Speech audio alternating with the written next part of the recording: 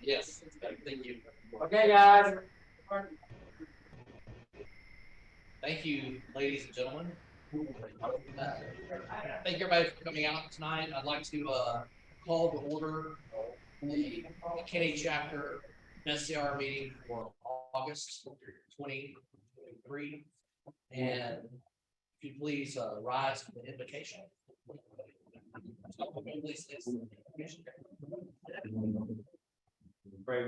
Don Bowd is here.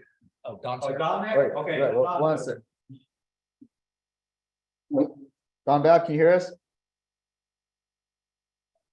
Hold on. He's joining. Was he just? Okay, now he is. Okay. Go ahead, Don. Hello, can you hear me? Yes, sir. Can you hear me? Yes, sir, we can. Okay. Yes, Yeah, I'm here. we're ready. We're ready for you. Are you ready for the opening? Yes, sir. Are we ready to pray? Yes. All right. Let us pray. Almighty God, we ask your blessings upon the members of the McKinney chapter of the Sons of the American Revolution this evening. Use it, I pray, to open our eyes to your glory and to the opportunities that lie before us to serve you and our country. Father, we thank you for the USA and the freedoms that we have to worship you as we please, and the freedom to travel whenever and wherever we want. The freedom to assemble without fear of arrest and detention for our different beliefs. And now, Heavenly Father, stir up in us the will to share joyfully in the work of our society. Grant that the leaders of this chapter of the Sons of the American Revolution may be both wise and daring in all of their endeavors. All of this I ask in your holy name. Amen. Please join me in the Pledge of Allegiance to the United States. I pledge allegiance To the flag of the United States of America.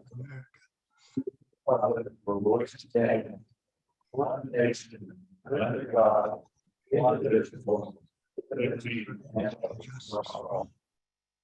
and join us in the pledge to the Texas flag, which will be led by Peter Ford. Sir. Honor the Texas flag. I pledge allegiance to thee, one faith under God, one indivisible.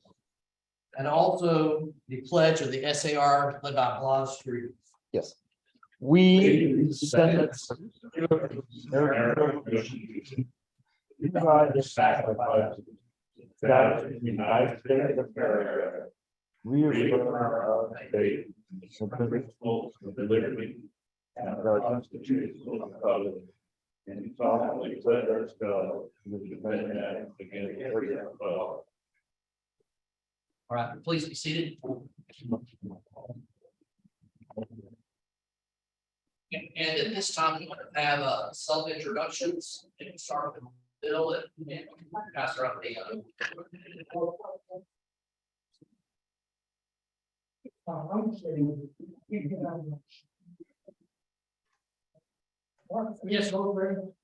Yes. Yes.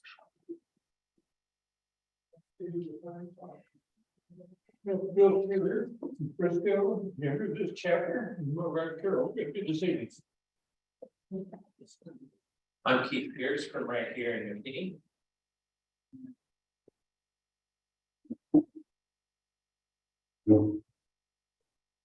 George Bradford, McKinney chapter, my wife Joy. Carol Wilson.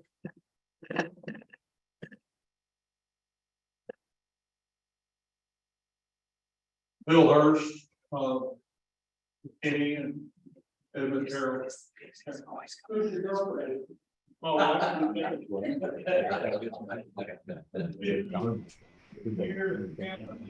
As in Wallace. Tom Van Wallace, Dallas chapter, McKinney chapter, District 6. John Bear, Edmund Carroll, Alice, McKinney, and the new chapter is going to be in the other chapter.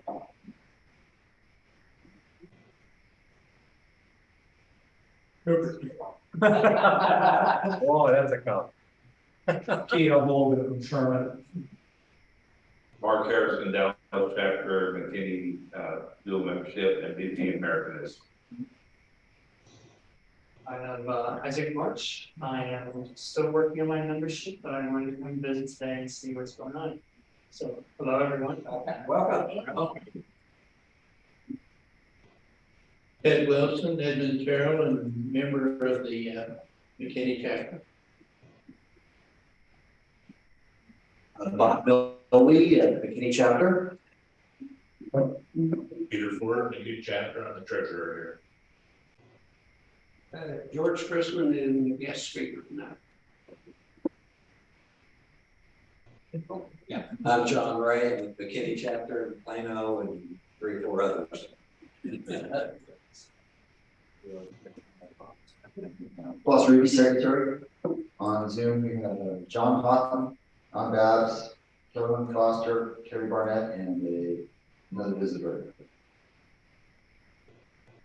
Tom Wilson, McKinney chapter. I'm the vice president of programs here and District 11 vice president. Yes, Tom is up also for the historical moment. Okay. Okay. Okay.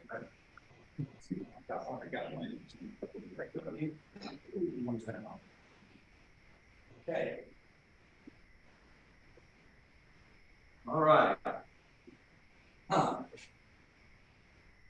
Thanks everyone for coming. Okay, here's our historical moment. This is one I found on the basically on our SAR, I think national probably website. Compatriot U.S. presidents. The SAR is proud of its compatriot presidents of the United States. We honor these SAR members who use their position as president to build a better America. Each remember the founding of this great nation and the role of his Revolutionary War ancestor in making America the beacon of liberty and justice for all. 3 U.S. presidents, George Washington, James Monroe, Andrew Jackson, actually served in the Revolutionary War. 6 U.S. presidents were real sons of the American Revolution, American War patriots. These men include John Quincy Adams, Martin Van Buren, William Henry Harrison, John Tyler, Zachary Taylor, and Francis Pierce. Franklin Pierce. I'm having a hard time with that. Okay, get this one. Okay, so printed it here. Okay, let's see here. President James A. Garfield was the great-grandson of a Revolutionary War patriot, while President Richard Nixon was the great-great-grandson of a patriot. To date, there have been 16 presidents of the United States who were also SAR members. And that's our historical moment. And now we'll get on to our program. Really excited about this one. George, who introduced himself a minute ago, George Chrisman grew up in Southern Illinois and attended Missouri School of Mines in Rolla, Missouri. Upon graduation with a BS in computer science, George joined Texas Instruments in the Geophysical Services Division for 17 years, and then another 10 years in other divisions within that company. George joined SMU as an associate vice president and chief information officer for 12 years before retiring. He remains very active with multiple volunteer programs. He is active in his church, Messiah Lutheran in Plano, Sunrise Rotary Club in Allen, and multiple boards in the city of Allen, with 17 years on the Community Development Corporation Board. He is a lifelong fisherman, avid vintage fishing tackle collector. We need to talk about that sometime. That sounds cool. Yeah. Currently serving as the president of the National Fishing Lures Collectors Club, a 2,400 member nonprofit. George and Marion have been residents of Allen since early 1977. They have one son, one daughter-in-law in Plano, and a daughter in Lafayette, Louisiana, and a granddaughter with a newborn great-granddaughter in Houston. Congratulations. George is here to talk to us tonight about a nonprofit veterans service organization, Heroes on the Water. George has served as the Dallas Fort Worth chapter coordinator of Heroes on the Water for 13 or 14 years, right? Yeah. Yeah. The organization serves veterans, first responders, and their families. So with that, I'll turn it over to you. So let's make sure we get all this back up. It should be working, but it all went off. Let's see. Thank you, Tom, and thank you all so much for having me. Like to speak, I do have standard family priorities and concerns and activities, but I have two passions. And one of them is collecting vintage fishing tackle, which I've been doing for 35, can you hear me back there? 35 years. And as Tom mentioned, I've been with Heroes on the Water for 13, 14 years. I can't remember, but it's one that is joyful and very fulfilling. I'll try and stay within about 20, 25 minutes, but probably go over because I've got some stories I would like to share with you. And I can either entertain questions during the presentation. If you pop up with a question, please feel free to ask. If not, I'll take them at the end. So let me get this started.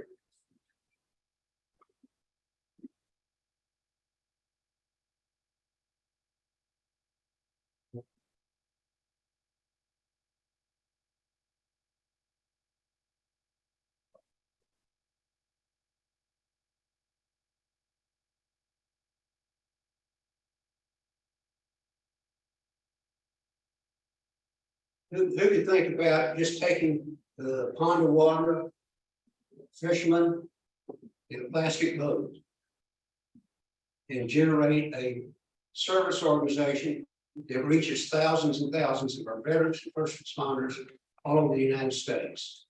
And that's Heroes on the Water, a nonprofit that many people have never heard about because we don't do a lot of advertising. We don't spend money on advertising. And it's word of mouth, and it's grown over the years about word of mouth. Okay. Excuse me, get this up here so I can move a little bit faster here.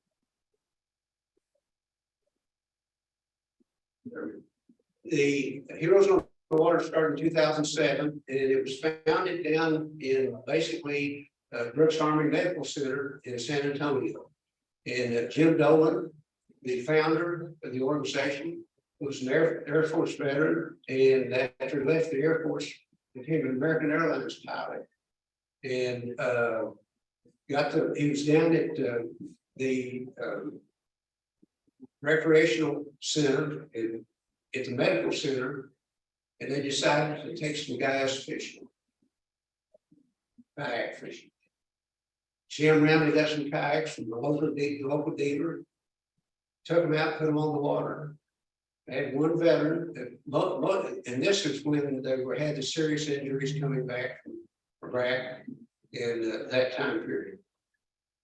One of them couldn't talk except stutter, just constant stutter. They'd eventually get a word or two out.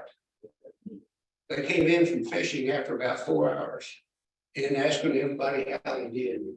And that young man talked for 2 minutes without stuttering. And everybody's black eyes lit up.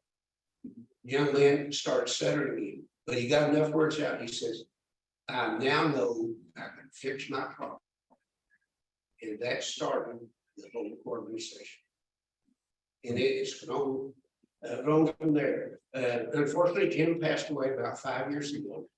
And I knew him. He lived in Allen. And one day he said, let me buy you a barbecue sandwich at Rudy's. And next thing I know, I'm doing this. And I've had a blast. It's been a ball. You just, well, some very touching moments. But what we do is basically, we just take the veterans figure. And it started out as wounded veterans, physical wounded veterans.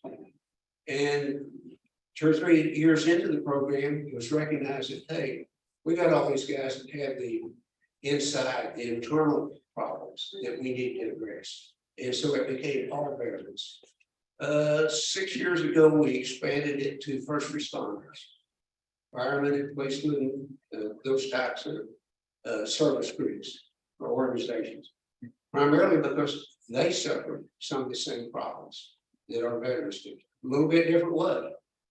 But what we do is, as a chapter, we just take them out. We have the equipment to take them fishing, put them on the water.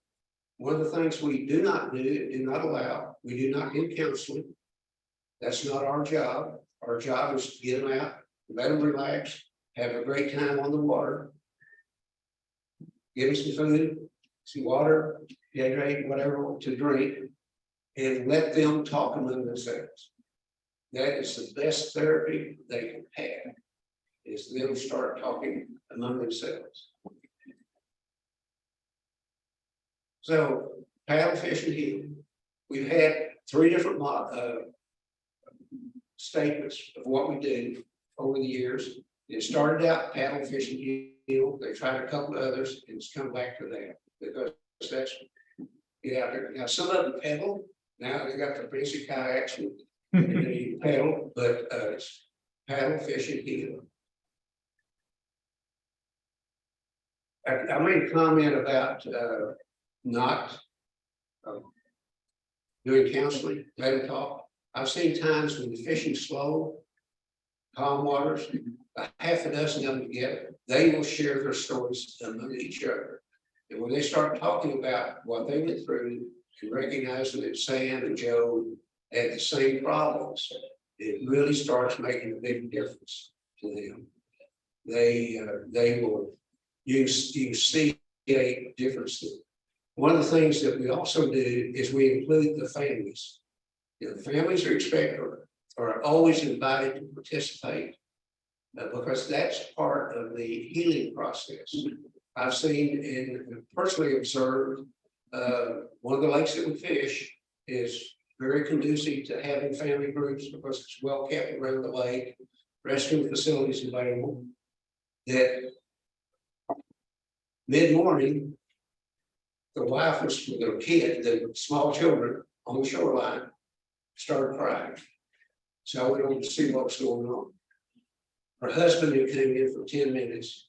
When he got there, he was all resistant. That I don't need this, I don't want to do this. But he got on the water. About 2 hours he came in and started talking to her. And she told me, she said, that's the first time I've seen him smile. That's the best day of my life since he's been home. So they are impacted in this whole process just as much as the veteran. And so that's what it's a whole community we're trying to solve, to address. And I'm gonna show a couple of comments, but I'm gonna show a short film on Jason, who is one of our key spokesmen. And I don't know if your son's seen it. Have you seen this? Okay. His son volunteers for Corpus Christi chapter. So it'll take a minute to get this started. Hopefully we can make it work.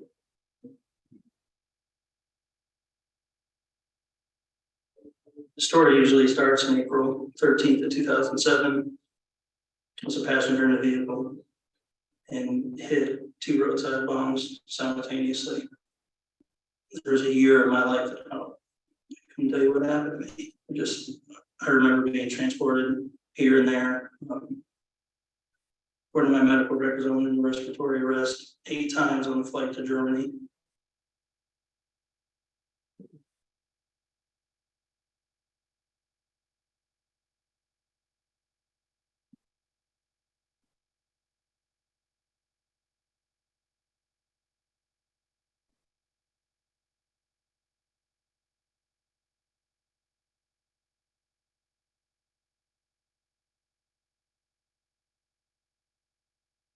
They brought me back. You wake up one day and you're broken. Your body's broken, your mind's broken, your emotions are broken. You're alone. So I bought a shotgun. I sat there and pretty much made up my mind. Today was the day. I wasn't gonna be in pain anymore. I wasn't gonna be alone anymore. And the phone rings.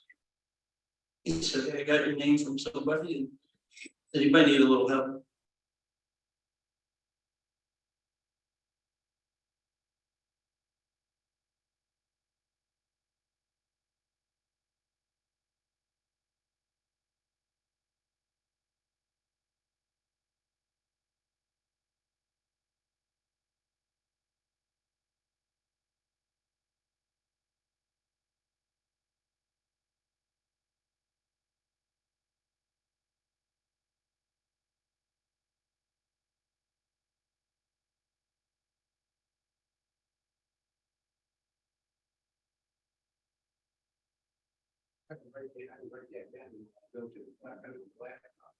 You want to do it? Okay. He was trying to get that off the internet, but he's got it loaded in his laptop, so he can take him a moment or two more to pull it up.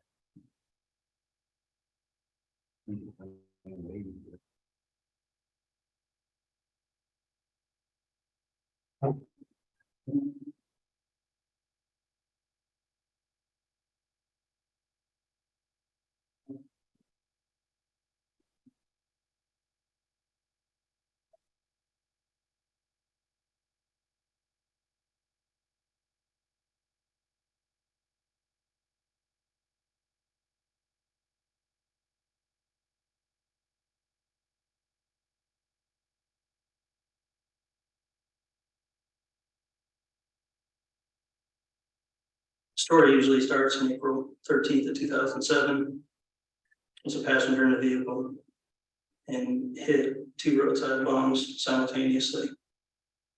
There's a year of my life that I couldn't tell you what happened to me.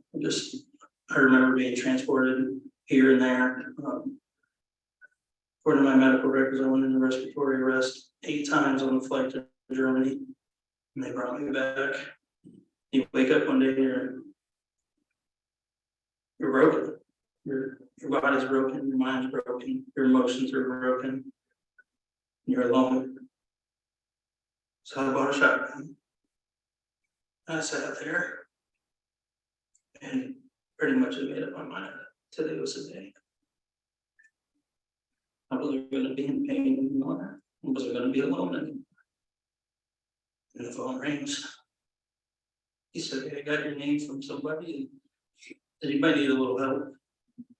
So why don't you meet me at this boat ramp? I'm going kayak fishing tomorrow." So I went. We spent about 4 hours on the water that day. Never caught a single fish. And it didn't matter. I'm only here today because of my phone. I'm only here today. Somebody had a vision, stuffing veterans in little plastic boats and shoving them out in the water.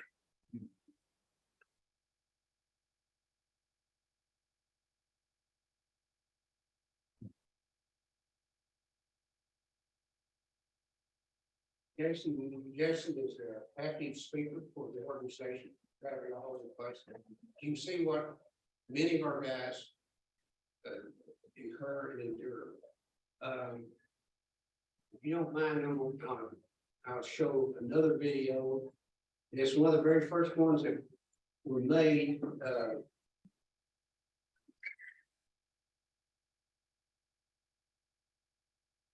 And we got CBS to do this. In tonight's profiles of courage, healing the wounds of war. In a boat, on a lake, is not the first place you think of when it comes to caring for our veterans with PTSD or physical injuries. But for the man who founded Heroes on the Water, the highly unscientific kayak fishing therapy is changing lives, one cast at a time. Here's our Doug Dunbar.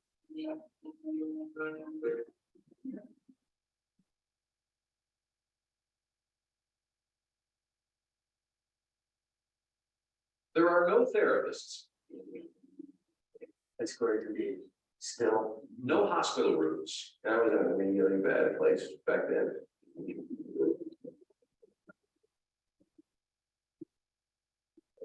Day-to-day battles, depression, and everything else. Former Army Sergeant Jeremiah D. was part of the response team when two Army Blackhawks collided in Mosul in 2003, killing 17 soldiers. He pulled a number of his dead friends from that wreckage.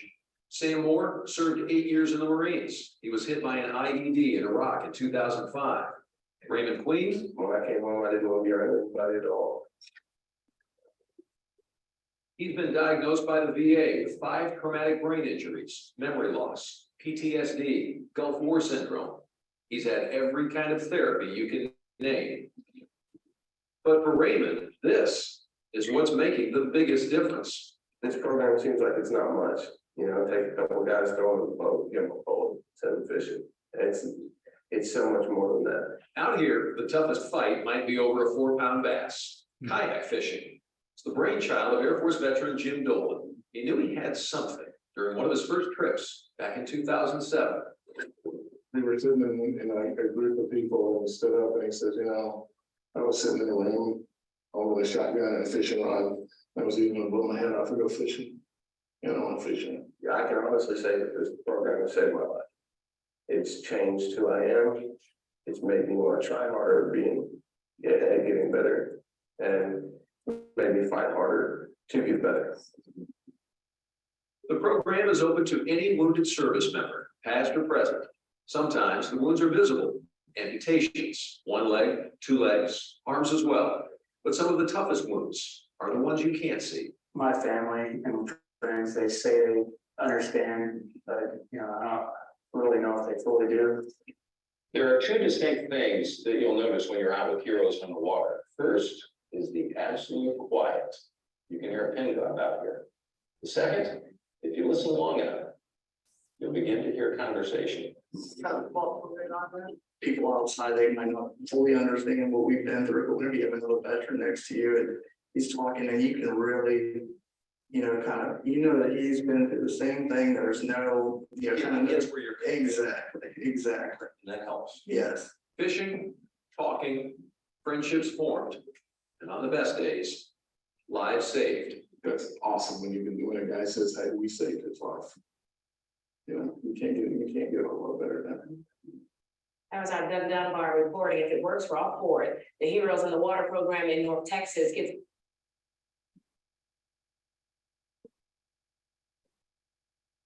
Ray Queen,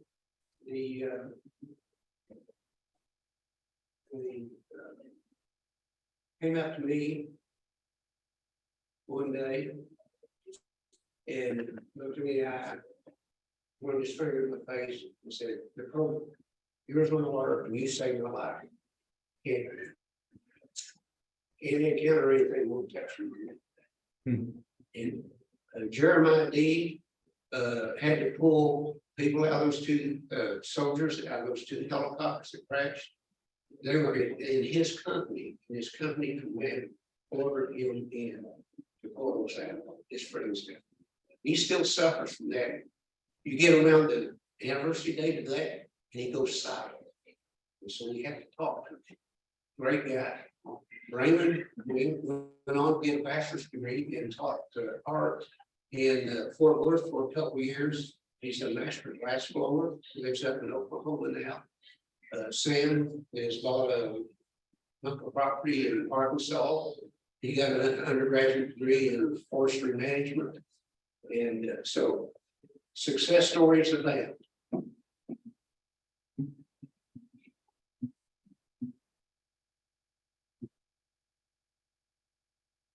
But program started veterans and only veterans. And I don't know what triggered it, but Jim said, recognized one day that we need to include first responders, police officers, firemen, medical personnel, and because they encounter a different type of PSD. You know, generally the soldiers that we see, the veterans we see that have been in combat, it's generally one incident that's caused their problems or their challenges. And I'll give you an example of not true and different, with a different veteran. But with the police officer, fireman, it's cumulative. It builds up over time. You have two good days and a bad day, and that just builds up over time. So we now include and encourage police officers, firemen to come and join us. Some of them are reluctant, part of it because the shifts they especially firemen with their days off, they have part-time jobs that they currently look at. This particular individual is a chapter coordinator out east, and we have one chapter in, I think it's in Memphis. There's nothing but police officers. It's all built up around that police department. And then we have Lisa Ramsey, Fort Worth police officer, was shot in the chest and lost part of her spine and in a wheelchair now and totally disabled. But that's her. She's out on the water going fishing. Started out with maybe 4 or 5 chapters. When Jim asked me to pick up the Dallas Fort chapter, I think we had 5 chapters scattered around, most of them down in Texas, San Antonio and down on the coast. We now have 50 chapters around the United States. It has been as high as 60. The challenge that the organization had is when it started growing is anybody who wanted to start a chapter, we let them go start it. But then you have to start vetting those people. We encounter somebody that owns a kayak shop, buys and sells herself as a dealer, looking to make money out of the operation. And that's not what we're about. The chapters are led by volunteers. And of those 50 chapters, I would suggest that somewhere between 60 and 70% are led by non-veterans. It's people that care, they're giving back. I'm not a veteran. I have one veteran that's part of the leadership team. The others are non-veterans themselves. And we just, it's a feeling that when you see the impact, these are last year's data. So we're approaching 60,000 veterans that we served. Pretty steady on 50 chapters and lots of volunteers. They have a different program, 2 types of programs, volunteer chapters and a therapeutic program. And the therapeutic programs are paid professionals, contractors working with the recreational facility at a particular VA hospital. Like we have one in Dallas. You can see where the chapters are. You can see predominantly where you had plenty of good weather to lots of time to fish. The northern chapters tend to, a couple of them do a little bit of ice fishing, but in the wintertime, they use indoor swimming pools. They'll have meetings. They'll learn how to do rollover recovery in kayak. And people do flip over. And occasionally, especially lean over, you get gold. That's what's going to happen. You can see them scattered around throughout the U.S. My right-hand assistant is a veteran and spent a lot of time in California until he woke up and moved to Texas. But each chapter's a little bit of detail about chapters, volunteers, leadership team.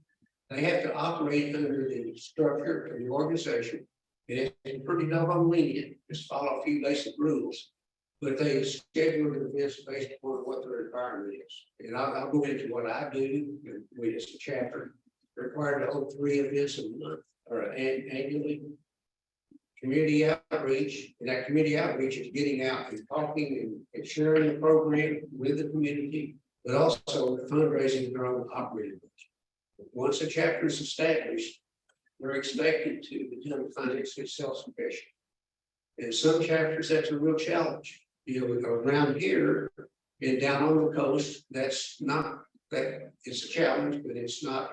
It's fairly easy to do. We have some chapters, some areas where there's just not a lot of business, It's a rural community and they need help. We did, in fact, the DFW chapter just bought a kayak for a new chapter out in Idaho. It's out in the rural country, but they want to do some river fishing. And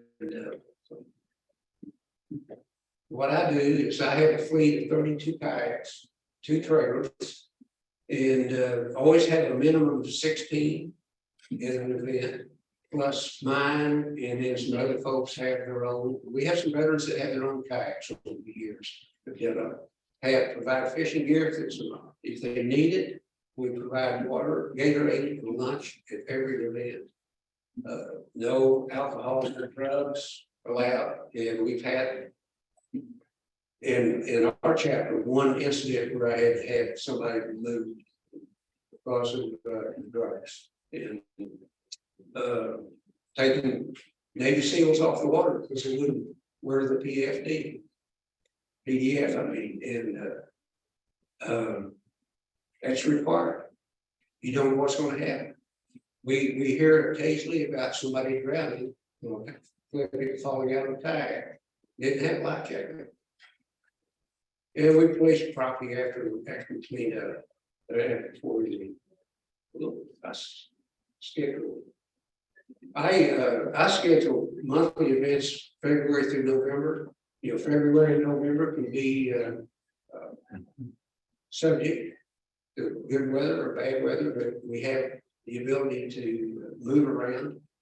They're always on Saturdays. And around like March, April, and May, I will try and do 2 a month because we have a lake that we fish that is loaded. It will produce 10 pound plus bass. I've caught one over 10 that didn't have scale. The next biggest one I caught on the lake was 9.15. 9 pounds 15 ounces on the scale. Loaded with crappie, and they get to keep all the crappie they want out of the lake. And so we'll do a fish fry. Then I do some midweek small group outings.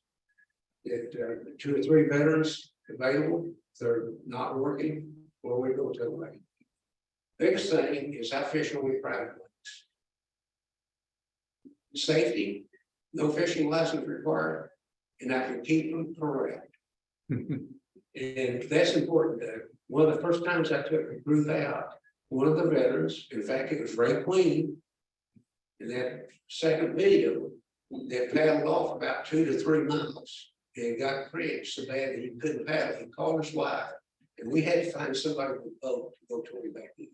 And I said, that's the last time, no more. Really fortunate. Then I've only got 4 lakes left now. I've lost 2 in the last year to developers. One just on this western edge of Farmers Branch, or Flower Mound, I guess, and one just north of McKinney. Chambersville Tree Farm. Anybody familiar with Chambersville Tree Farm? Yeah. Big nursery.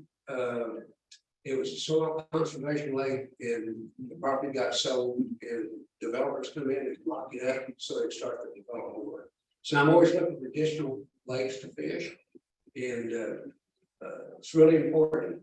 2 of the lakes I will be fishing twice a year because they're corporate owned. One of them is a waste management lake on the far southwest corner of Fort Worth, where I-20 and 30 merge.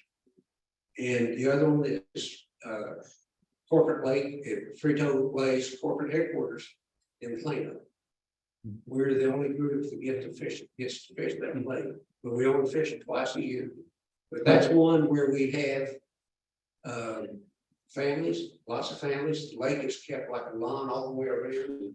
Restroom facilities, big lunch, a lot of opportunities to see kids 4 and 5 years old catch fish. And but anyway, always looking for them. They're going through that. And that's my contact information. Some of the stories that I want to share with you and then open up to questions.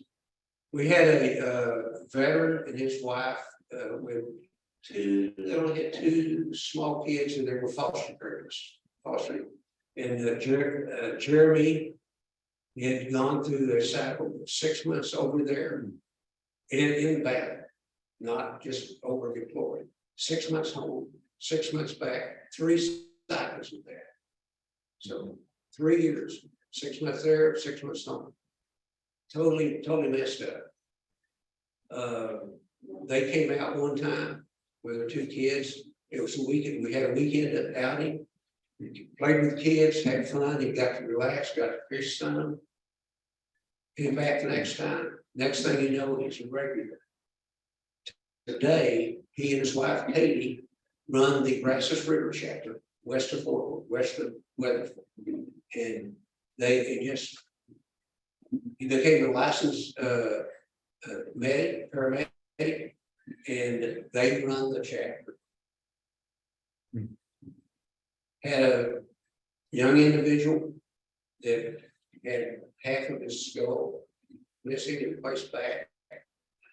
Severe memory problems. I spent, I don't know how long at Frito-Lay teaching him how to cast. He caught a fish. And I thought his mom was going to pass out. Whatever. She started crying so much. And young man just jumping up and down. The stories that just keep going on, But I've kind of shared what we do, but it's I'm sure your son's talked about it and what is the benefits. But we still have on the average, 1 veteran a day committing suicide. This is a program that costs them nothing except their time. It's impactful to them. It gets them out into nature, gets them out with other veterans, like folks that they can talk with and share. I've got a close friend that wants to be a counselor to him, and he's not allowed to because that's not our role. I know many of the stories only because I've been around them long enough that they can talk and they share. But I've had a few Vietnam veterans out, and that's not in the last 6 years, I guess, but they will tell you, I didn't know I had the same problems they did. It exists. So I'll open it up to questions. Anything you want to ask.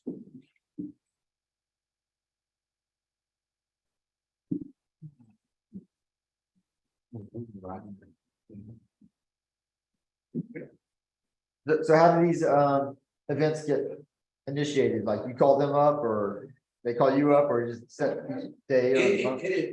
We've tried different methods, but it's word of mouth. We had a veteran say, hey, my buddy wants to come fishing. All we need is name, cell phone number, email address. And we like to know where they live, which town. And so it's our website. They have a way to get an email into us that they're interested in fishing or interested in joining. And we don't get any leads from the VA. It's interesting to see how well they serve our veterans. I will tell some stories on them, but most of it is word of mouth. And it's surprising. We have a little over 300 names on our list, 200 plus veterans. We may see anywhere from 15 to. We have 2 big events a year, one in the spring, one in the fall at Frito-Lay. But just because of the accommodations and the facilities, and we've had it up to 125 people. We hold it to 75 to 80 because we can manage that. And most of our events are anywhere from 12 to 25. Everybody's involved. Everybody on the list is invited. Some come regularly, and some come once or twice a year. But I've got a stack of cards here. You can take them. It's got my name and contact information, you know, better, pass it out to them, give them the information. We welcome anybody. So what, the funds that you receive in, the donations you receive in, I'm assuming that's things like repair of equipment, purchase of new equipment, do you provide, does it cover the food costs? What Yeah, my, typical okay, budget? my budget this year, only because of excessive expenses I've had, and my trailers are very old, and so I had to replace wheel bearings, rebuild wheel bearings, all of it. 6 new tires. You know, Right. two on the track each trailer and a spare for each trailer, because they're 10 years old. 20 new life jackets. My biggest expense a year is about $3,300 just to store the 2 trailers. Really? They have to be enclosed. They can't sit out in the sun. And I store them in Princeton at great storage place, I think is the name of it. And it's designed for big trailers like that. My trailer is 12 foot wide. Storage unit is 12 foot wide and 30 feet deep. So that's been $3,300 a year on that. I replaced, carried 20 life jackets, 20 adult life jackets in each trailer. 16 packs, 2 of them are tandems, so I need 18 adults, and I carry 2 spares. So I replaced 20 this year. And I'll replace the other trailer in the spring of next year. Okay. And lunch, we have 50, 60 people. And it adds up. Summertime, springtime, the amount of water and Gatorade that you go through in a day, that all adds up. The cost keep going up, just like we all live at home. So it's maintenance on the equipment, basically. Okay. And storage facilities like that. Anything else, guys? We share one of the famous streets that my son has shared with me, lives there in Corpus Christi, that with some of the support that he gets, first of all, they sponsor some tournament fishing trips. Particularly like the intercoastal canal there at Corpus Christi, back in the various ones in the bays and so forth like that. But how large the group he has, he's never shared with him. But a lot of what he shared with us, Carl, what my son has shared with his organization. For those of you that haven't heard, my son 20 years in the U.S. Air Force Special Ops, so he couldn't really tell me much about what he did and where he went. And he'd tell me some of it after he got home.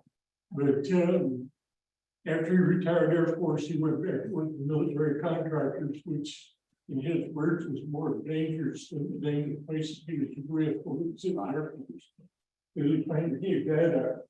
But he now works for a young guy that he's known for years here in Corpus Christi that has not just one Corpus Christi kayak fishing shop, but he has one in Woodlands, Texas. He has one in San Antonio as well. But things are going well for him.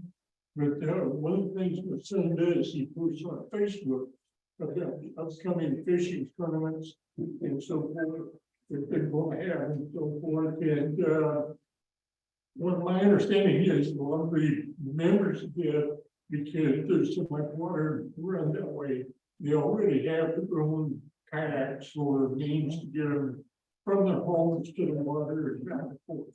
But organization, it's got lots going for it, and my son's told me a few stories that they're heartbreaking, but it's really heartwarming to see the results of it.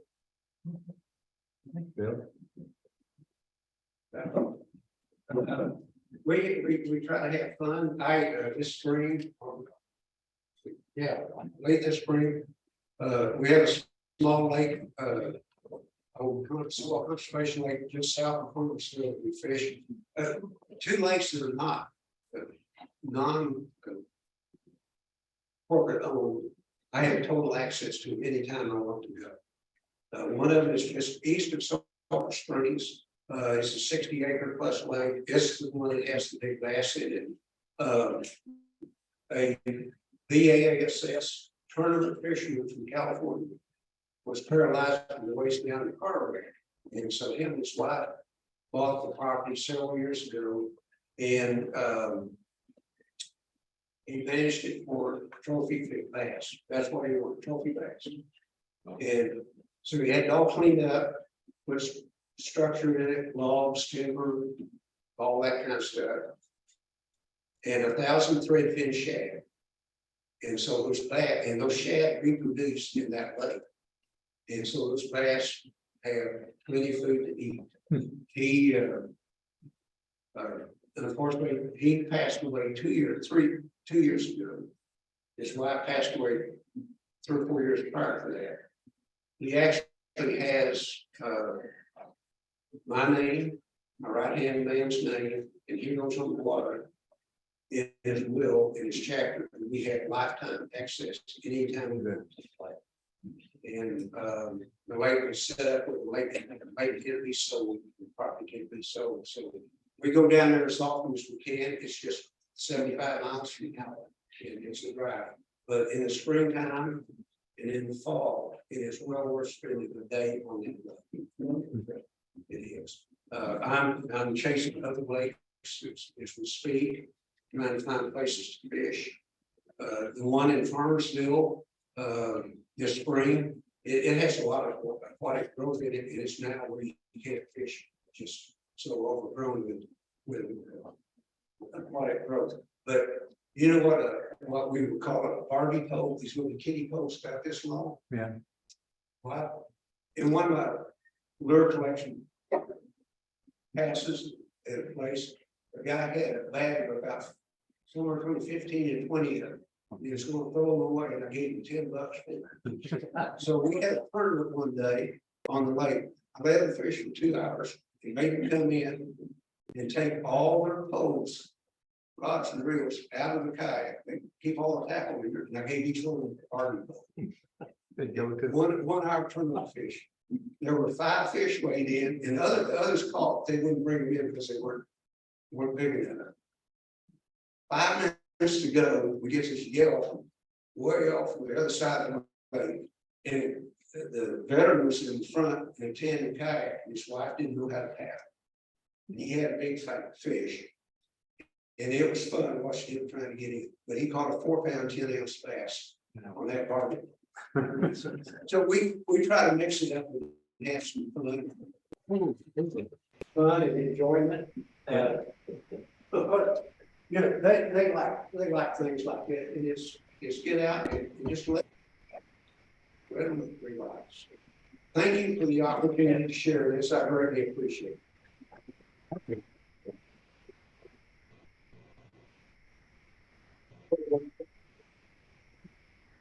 Here.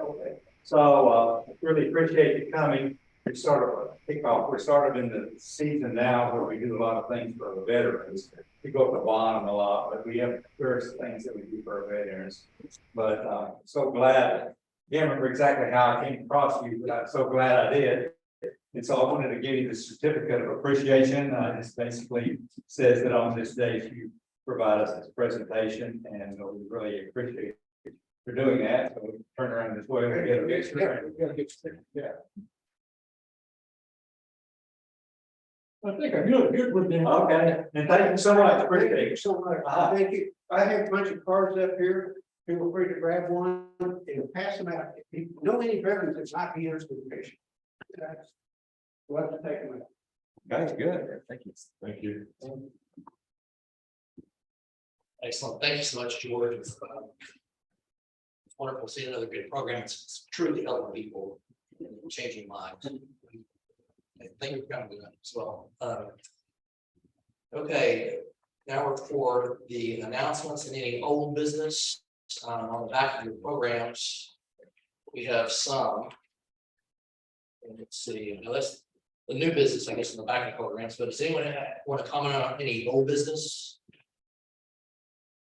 And Tom, I know back at the July 4th parade here in McKinney, we talked about that at the exec. Can you fill us in a little bit on that? Oh, sure, yeah. Thank you. So, right. This is the first meeting since it's 4th of July, and think about it. Okay, so got that down. Okay, so yeah, we had a nice turnout. We had about maybe 6 or 7 guys there. We had, let's see, TL was there. Who else was there? Anybody else that are here tonight? Yeah. Bob was there. Anyone else? I think that's it. We had, anyway, TL brought his truck, and we got Gary Barker's trailer, and TL decorated it all up with a lot of flags, and we all sat there, and as usual, there was a great turnout. We get really good turnouts in McKinney. So we had a good time, and got to wave a lot of people, and a lot of little kids with all sorts of flags waving and everything. So my experience has been every time I go on one of these things, I think I probably get more out of it than the kids do, because I love seeing all the kids and all the people with all their flags, all, in the red, white, and blue, the dogs in the red, white, and blue, the whole thing, so really cool. We had a good, like I said, a good turnout, and I think, do you have any other comments on that, either Bob or Kim? Plan on doing it again next year. We need some more color guard people here, so we're gonna work on that a little bit, I think, here pretty soon. So anyway, it was really good overall, and like I said, we always have a great turnout. It's a great parade. They run it really well, and we're going to try to keep doing that. And so every once in a while, we get a new member out of it where they can say, "We saw you in the parade, and so we want to understand more about this." Great. And next time. Any additional old business you want us to bring up? Our next meeting will be September 21st here at Spring Creek. Concerning new business, there is some on the back of our program here. October the 20th through the 22nd is the fall BOM, the Board of Managers meeting, that'll be in College Station this year, and April the 11th through the 14th of 2024. The annual conference will be in San Antonio, Texas, and you can register online for that. You'll have to go to the public side of the Texas SAR website and look for the events tab for that.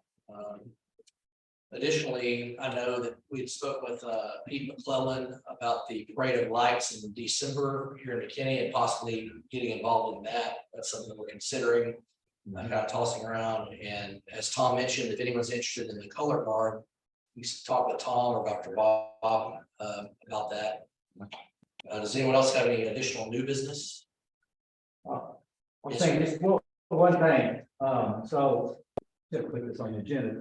So I sent this out to everybody. This is about our basically with our state winner in the American History Teacher Contest.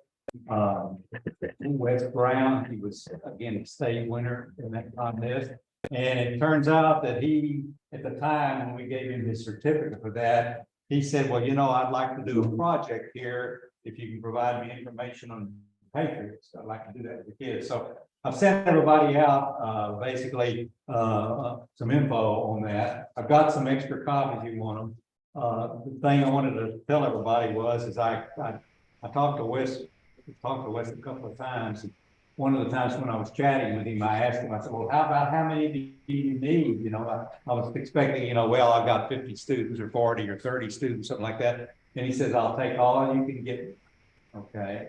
And so I really like y'all to think about it. I think it's got a dual purpose. Number one, you can write about the Patriots. Maybe you said, well, I always need to do that. I've got these bits and pieces, and put that in some coherent order in a bio. If you have like their pension applications and those sorts of things, if you can put whatever you can get whatever you can get on each one of them. And then also, we're trying to, basically on our SAR website, we're trying to get bios for the Patriots written up. So if you go ahead and write this, and you can take that and get that in, and TL probably could help you.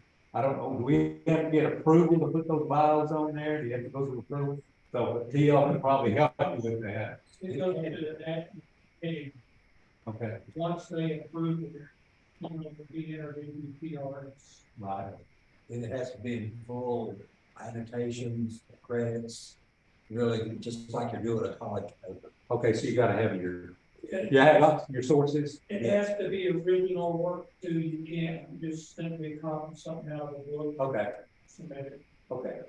So, but anyway, this is gonna help us too, so I'm really excited about it, so I've already gotten, let's see, I've gotten some from, actually I got some from, the Ambassador Fletcher War, and I got packets from them. I'd sent some over to them, so I've already got one packet. I know some of you have already submitted it.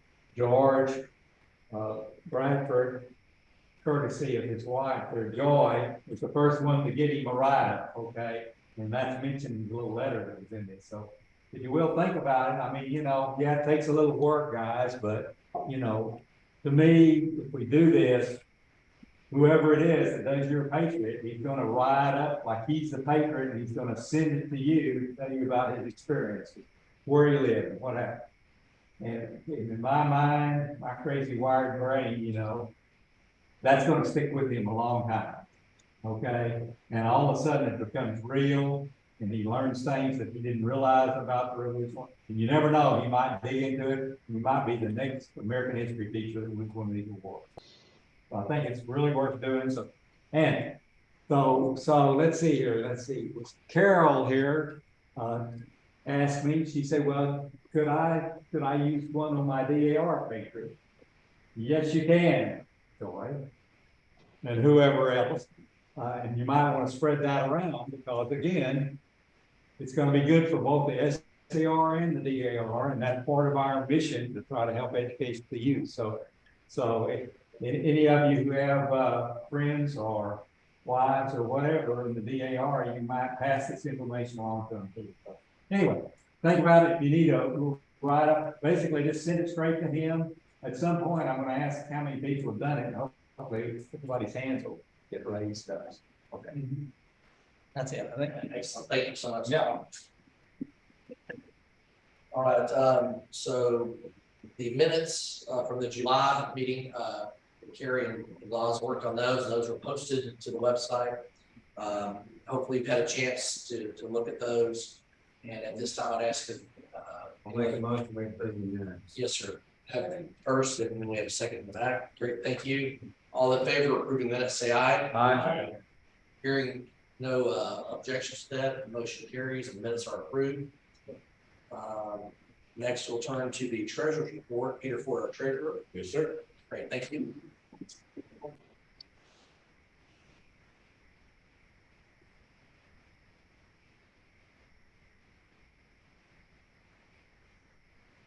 Okay, so here's the treasurer's report for August 17th, 2023.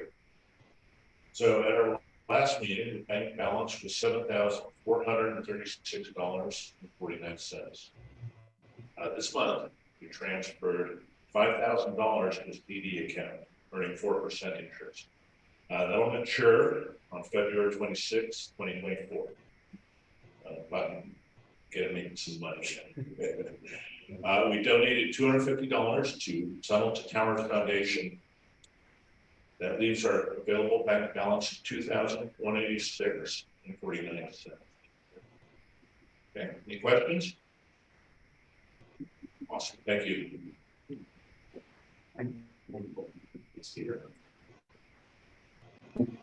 Next, our veterans activities. Yeah. Thank you. Okay, so you get over here. So this sort of kicked off our season here for doing things for our veterans. We usually do it around this time of the year. And we've got several things that are going to happen. We've first heard from basically an organization here that sounds like they're doing great things there too. I mean, that really was good. The next thing is we've got a needs list I put out. If you need a copy of it, it's on the back table there in the center, the back booth there in the center. And so it has lists if you just like for you to donate some, if you feel like you can. And I'll have this month and next month. And if you get some stuff and you're ready to give it to us, you know, contact me and we'll make arrangements to pick it up. But we do want to get it in here probably within about the next well, after the next meeting. So anyway, there's quite a list of things to do that makes quite a difference in the quality, if you will, of life for these veterans that are up in the bottom facility where they're, it's basically a recovery and rehab facility. The next thing is again, this year we're going to do the Christmas cards.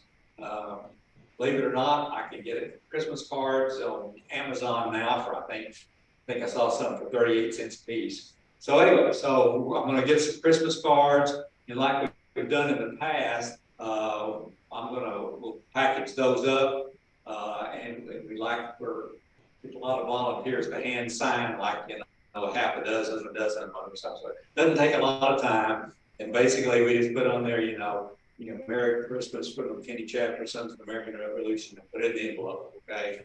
And so then we take that up to them close to Christmas, and then they have Christmas cards they can hand out to all those veterans. And like I said, you know, my experience is that with this is some of those guys are up there and they have no one, okay? Get that through your head, you know. They're struggling and they have no one, okay? So, you know, things like this make a difference. Card, whatever. So we're going to do that. And then, of course, the last thing we're going to do is we're going to do Wreaths Across America this year. And we're teamed up with the cemetery that's up here in Anna. And the ones of us who have done that, it's a very rewarding thing. And anyway, so I think we've already got the 100 wreaths we need because of basically overages and other things that happen. We've got about, and purchases because we get a better deal. We've got about 60 of those of the 100 we need already purchased. So we'll have to see if we can't do it. We've only committed to them for 2/3 or 66, but every year we pretty well cover all of them. I'd like to keep doing that. And again, I would think about it, about coming out, because we try to get some kids. Hope we get some of your kids this year. Try to get some kids out there too, because that, you know, the thing that I remember from it was the first time my grandson ever went out there, and we did some of that, and you know, they place the wreath on the grave, and they read the person's name that's buried there, and they say thank you for your service. Okay. After that was over, my grandson came up to me and said, "Granby, I get it." Okay. So I mean, you know, it has an impact. So think about that.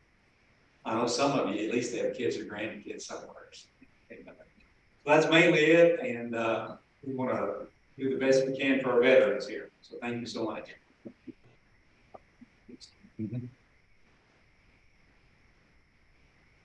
And I would echo what Tom said. I got to go last year. I think I've been at least once to that, and it was very impactful. It was obviously wonderful for the kids. They were solemn. They understood that life wasn't about playing video games and things like that. So yeah, that's a wonderful event to participate in. Also, for the flag certificates, Tom, you have to test it too. Okay, so guys, let's see. Yeah, so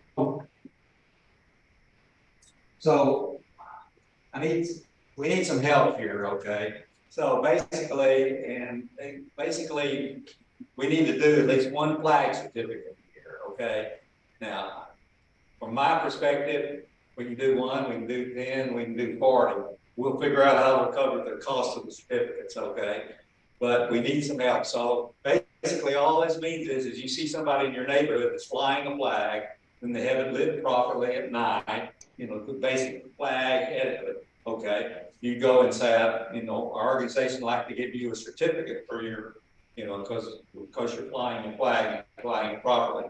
That's all you got to do. If they agree, then you get Andy, who's not here tonight, or myself, the name of the person. We'll get the certificate printed out, and you go and you take it to them. That's it, guys. That's it. Plus, we get a little bit. Oh, and take a picture. Thank you, T2. Take a picture. So it's easy to do, and you probably got them in your neighborhood. So we got to have at least one, okay? And last year it was sort of embarrassing that the Texas Society as a whole didn't do too well, and so we you know, this is the easiest thing we can do, guys. I mean, and on top of that, you may meet this neighbor and decide, oh, this is a pretty good guy, you know, you never know. So would you consider that? And all you gotta do, like I said, is just, you send Andy or me an email and say, I've got one, and here's the name that goes with the certificate. We'll get it printed up and get it to you. They can do it. Every year we do a RTC program, yeah, why don't we give their color card flag certificate every year? I have before. Okay. We can do that every year. You can also. The schools. There's a lot of fire stations. Fire You stations. get 3 or 4 a year and you rotate through all of that. I know you've got a fire station, and you probably got an elementary school. Yeah. Public service, and bring that up. You're also talking to the police. Right. You probably got more than one police station that you've given an award to. Right. Lifesaver or whatever. Give that Yep. that office, or give that post, give them a license. It's real good. Yeah. So anyways, it's easy to do.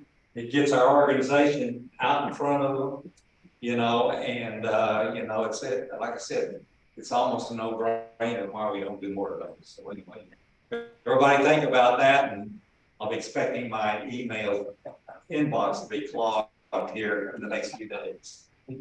Great, thank you. Yes, that's, okay, so, do we have any other announcements? Any other business we need to address? Well, thank you all again for coming, Steve. Thank you. I'm glad to have see some young people here. All right, so at this time, is Don Babb still with us? Yeah. Excellent. Don, we're ready for you for the benediction. Are we ready now?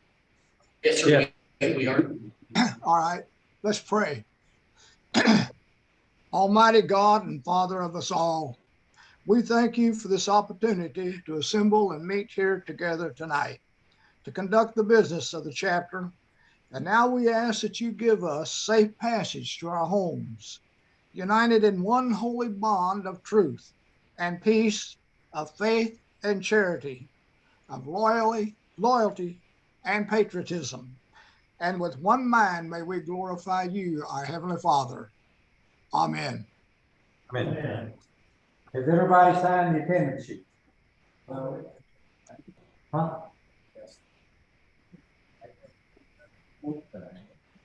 Now, will you please join me in the processional? And let us remember our obligations to our forefathers who gave us our Constitution, Bill of Rights, independent spring door, and a nation of free men. And our speaker will be here with his cards. He would love to have volunteers. He will accept any donations, small or large. Thank you so much. He has cards. Yes, he's got cards. And we see veterans, guys, and he's got cards. And we are adjourned. Thank you. Thank you. Thank you so much. I gotta hang something out. If you're ever, send it, I'm trying to